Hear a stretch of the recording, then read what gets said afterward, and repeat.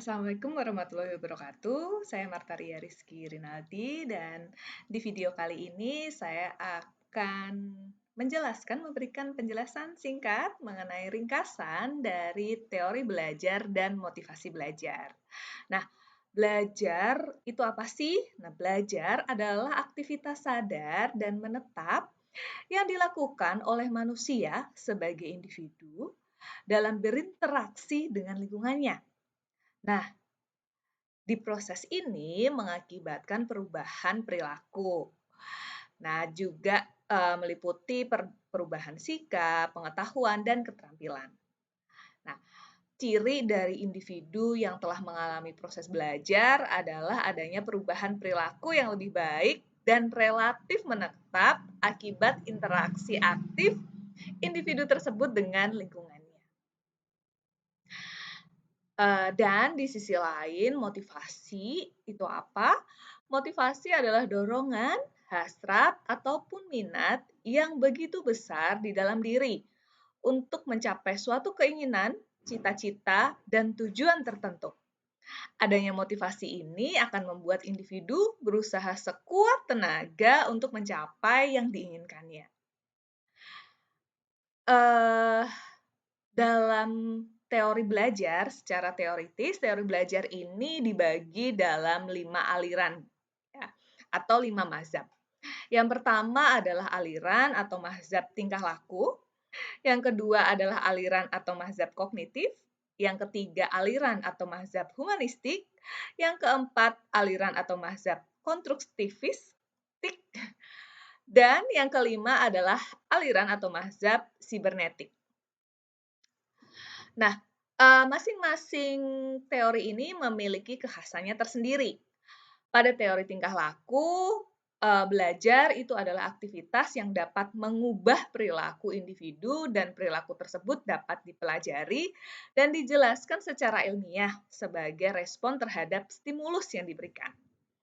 Tokoh dari teori tingkah laku ini adalah Thorndike, Watson, Parkhull, Edwin Guthrie, dan B.F. Skinner. Dalam teori ini, dalam pengaplikasiannya, di dalam proses belajar mengajar itu sendiri terdiri atas beberapa langkah. Nah, yang pertama adalah menentukan tujuan instruksional, yang kedua menganalisis lingkungan kelas, yang ketiga menentukan materi pelajaran, yang keempat memecah materi pelajaran menjadi bagian-bagian kecil, yang kelima menyajikan materi pelajaran, yang keenam memberikan stimulus berupa pertanyaan, tes, latihan, dan tugas-tugas. Yang ketujuh mengamati dan mengkaji respon yang diberikan.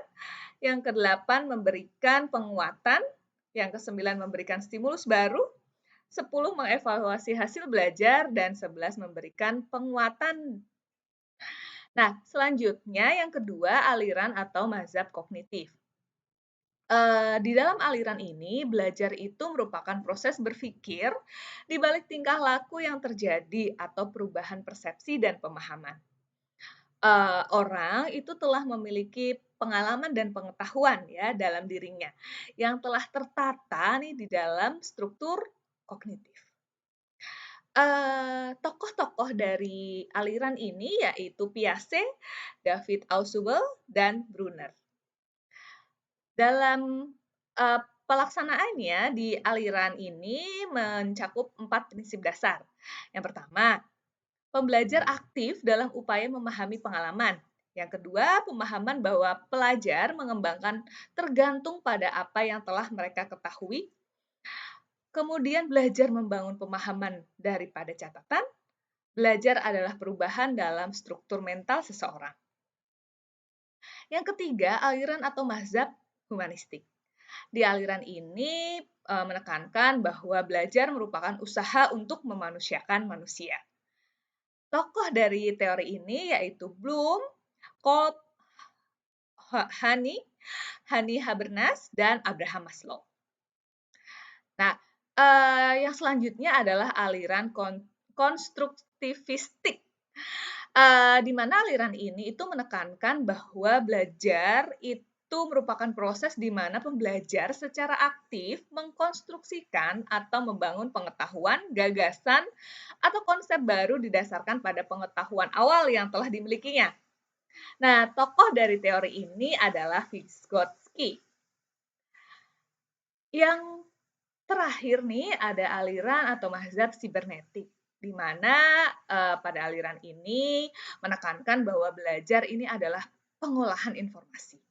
Sistem informasilah yang menentukan terjadinya proses belajar mengajar. Nah, tokohnya adalah Landau dan Pascal and Scott. Di dalam aplikasi sibernetik ini atau pengaplikasian dari teori ini adalah juga dengan menentukan tujuan instruksional, menentukan materi pelajaran, mengkaji sistem informasi yang terkandung dalam materi tersebut, menentukan pendekatan belajar yang sesuai dengan sistem informasi itu, menyusun materi dalam urutan yang sesuai dengan sistem informasinya, dan menyusun materi dan membimbing mahasiswa belajar dengan pola yang sesuai dengan urutan pelajaran. Nah, tadi kan teori-teori ya dalam belajar.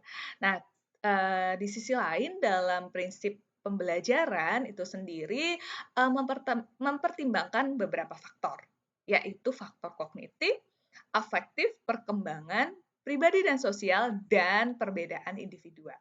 Jadi hal-hal ini tidak dapat dilepaskan dari proses pembelajaran. Nah, selanjutnya terkait dengan motivasi belajar. Ya, motivasi kita tahu ya, sesuatu yang mengarahkan. Nah, motivasi itu fungsinya apa sih sebenarnya? Motivasi itu berfungsi sebagai pendorong untuk berbuat sesuatu dari setiap aktivitas yang dilakukan. Nah, selain itu juga sebagai penentu arah perbuatan, yaitu ke arah tujuan yang ingin dicapai. Selanjutnya juga untuk menyeleksi perbuatan, kemudian mendorong usaha untuk mencapai prestasi. Nah, bagaimana sih cara untuk menumbuhkan motivasi? Caranya ada beragam ya, misalnya dengan memberi nilai, memberi hadiah, kompetisi, ego involvement, dan memberi pujian. Nah, selain itu cara yang dapat dilakukan untuk membangun lingkungan belajar yang positif agar motivasi belajar meningkat, yaitu dengan mengatur iklim belajar, membuat perbedaan dari pertemuan awal dan pertemuan-pertemuan selanjutnya, kemudian mempersiapkan lingkungan fisik, lingkungan sosial, juga mengajar dengan menghubungkan ke dunia IT, kemudian mengembangkan strategi belajar yang menarik dan menyiapkan kelas kecil dan kelas besar. Jadi nggak selalu kelas kecil terus atau kelas besar terus. Nah, sekian ringkasan dari saya. Terima kasih. Sampai jumpa di video berikutnya.